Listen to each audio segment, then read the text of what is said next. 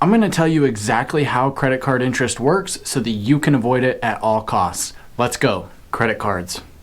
I know, they can be scary. So many people have a negative outlook on how credit cards work because frankly, they just don't understand what the true purpose of them is and how to utilize them to their benefit to make them accessible and use them as a tool to gain benefits as well as to delay having to make payments on the things that you purchase.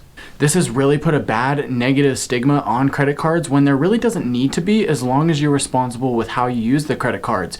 You know, credit cards can actually be an incredibly powerful tool. They allow you to build your credit score while at the same time allowing you to delay the payments that you're going to make on the purchases that you have. As long as you understand them and understand how to use them to your benefit, you can avoid paying any interest on credit card. In fact, I've never paid a single cent in credit card interest just because I've gone into it with the knowledge of how to use it properly, and I've been disciplined enough to not carry a balance from month to month. We're going to break all of this down for you here on the video, as well as give you a real life example of how this actually works. So make sure you watch all the way to the end. If you're just getting started, I want you to know that you can actually get a credit card completely free of charge. There's plenty of credit cards out there that don't charge an annual fee in order to get them. So you just go on, you apply, you submit your information, and they'll generally approve you. Now, starting off your credit journey with a credit card is the absolute best way to do this, especially if you've just turned 18. It's hands down the best tool to do this, and if you do it properly, you can actually gain those exclusive travel points or cashback points that everybody talks about. But you do have to have the discipline to use your card wisely and actually understand how to use it properly. So let's break it down. So first off, I'm going to break down exactly what a credit card is. A credit card is basically just a revolving account that you can use to make purchases on and delay the payment of those purchases. So you can go to the store, you can buy something and put it on your credit card and then actually pay for it from the money that you have from your bank account at a future date. So the credit card provider or the bank or whoever has issued the credit card actually pays for those purchases at the time when you buy it, and then you have to pay back that bank or credit card provider. You have a certain amount of time to actually pay them back, and if you do it within that time, you actually don't get charged any interest.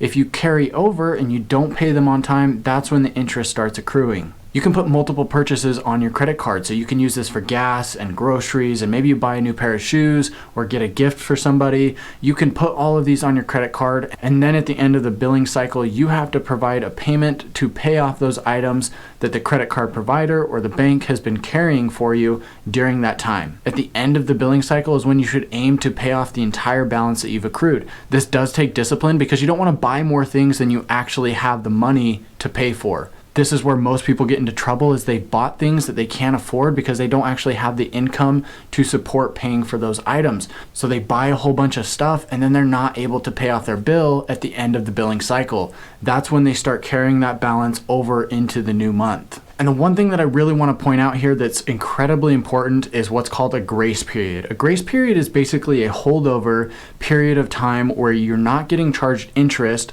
on the purchases that you've made. So what's going to happen is you're going to make all of these purchases throughout the month, and then at the end of the billing cycle, the credit card provider is going to give you a statement showing what you bought. They're then going to ask to be paid back for providing that line of credit for you to buy those items beforehand and not actually have to pay for them. This is where the grace period comes into effect. Now, the grace period is basically a holdover amount. So the credit card provider issues the statement, and that's when the grace period starts, and they say you have up until this date to make payments and avoid interest charges. Now, credit card companies actually aren't required to give you this grace period, but it's become commonplace and it's just kind of expected when you get a credit card. So most of the credit card companies are going to offer this as part of their benefits. It's typically a 25-day period where you can pay off the balance that you've accrued and you're not going to get charged interest. This is where the true power of having a credit card can really come into effect. You can make a purchase way in advance, you can get to the end of your billing cycle and then pay it off during that grace period and not have to pay any interest. This is great if you're trying to float the balance from one paycheck to the next, which I don't necessarily recommend, but it can help in a bind. You just have to make sure that you make a habit of paying off your balance in full every single month. At the very least, the credit card company is going to require that you make at least a minimum payment, or else they're going to lower your credit limit, or they may even suspend your account altogether. If you do only make the minimum payment though, you're then gonna have what's called a revolving balance that carries over to the next month. And the true problem with this is that if you then have a revolving balance that carries over, you then lose the ability to have that grace period on future billing cycles. So it's absolutely crucial that you pay off your balance in full every single month so that you can keep that grace period going from cycle to cycle. Let's say that you racked up $1,000 in charges and you then pay off $975. You now have $25 left remaining on your balance that you then carry over to the next month. The problem with this is that interest starts accruing on that $25, but it's also going to start accruing on the purchases that you make starting on that next cycle date. So where this really becomes an issue is not only are you getting charged interest on the $25 that's remaining, you're also getting charged interest from day one on the new purchases that you make. So you've got $25 and then let's say you spend another $1,000, you're going to accrue interest at a daily rate every single time you make a purchase until that's paid off. Sometimes you even have to make your full entire payment for 2 cycles before you can get that grace period back. So as soon as you lose that grace period, you then start paying interest right away on the purchases that you make. This is why not carrying a balance from month to month is so crucial, guys. I can't stress that enough. Do whatever you need to not carry that balance each month. So guys, right over here, we've got Credit Card Charles. Credit Card Charles is young. He's looking to get a credit card. In fact, he may be just like you. He's just getting started out. He wants to build his credit and he wants to go about it the right way. So he does a little bit of research to learn more about the process and how paying interest works and actually how to avoid that interest on his credit card. He comes across this channel here, says, wow, Cody really knows what he's talking about here, and does the smart thing and subscribes to the channel and gives me a thumbs up here on the video as well.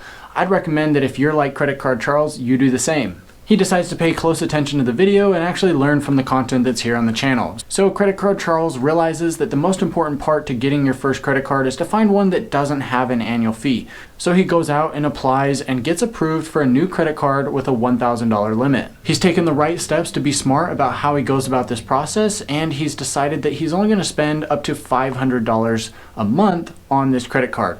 He uses it for a few purchases like gas and some groceries and the occasional gift here or there, just small purchases so that he can keep on budget and make sure to pay off that balance every single month. So things are going great. Credit Card Charles is spending about $500 a month on the credit card and he's paying it off in full every single time he gets that statement. This is crucial because he's able to keep that grace period going from month to month so that he can get to the end of his cycle, find out what his total balance is on his statement, and then make that payment and avoid paying any interest.